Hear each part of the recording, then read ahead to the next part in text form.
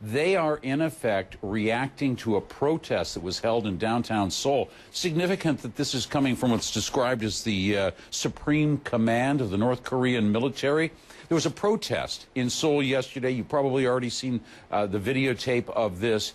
During that protest, well, this is a protest that was today. This was a much calmer one.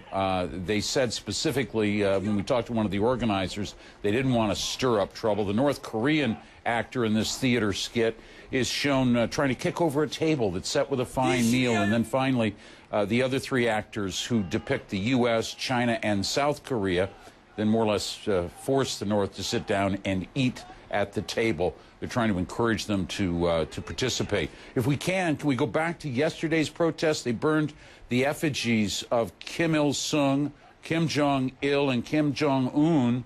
They burned their effigies in downtown Seoul, and this is what so upset the North Koreans that they lashed out. Pauline?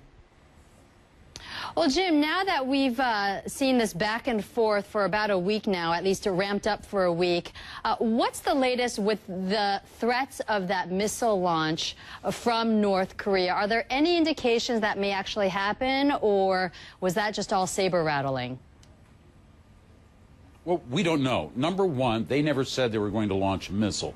They have not, test fire or otherwise, they have not notified the maritime and aeronautic officials that would normally have to declare a safe zone around any planned launch.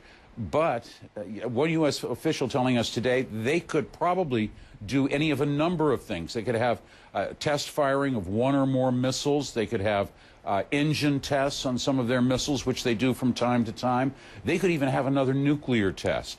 The U.S. official told us this afternoon we might not know about it until, in the case of a missile, it was already airborne. So the risk is still there, but there's a feeling, you know, that things have calmed down somewhat here, that some of the focus at least has to be at the offer that has been on the table since U.S. Secretary of State John Kerry came through the region just days ago.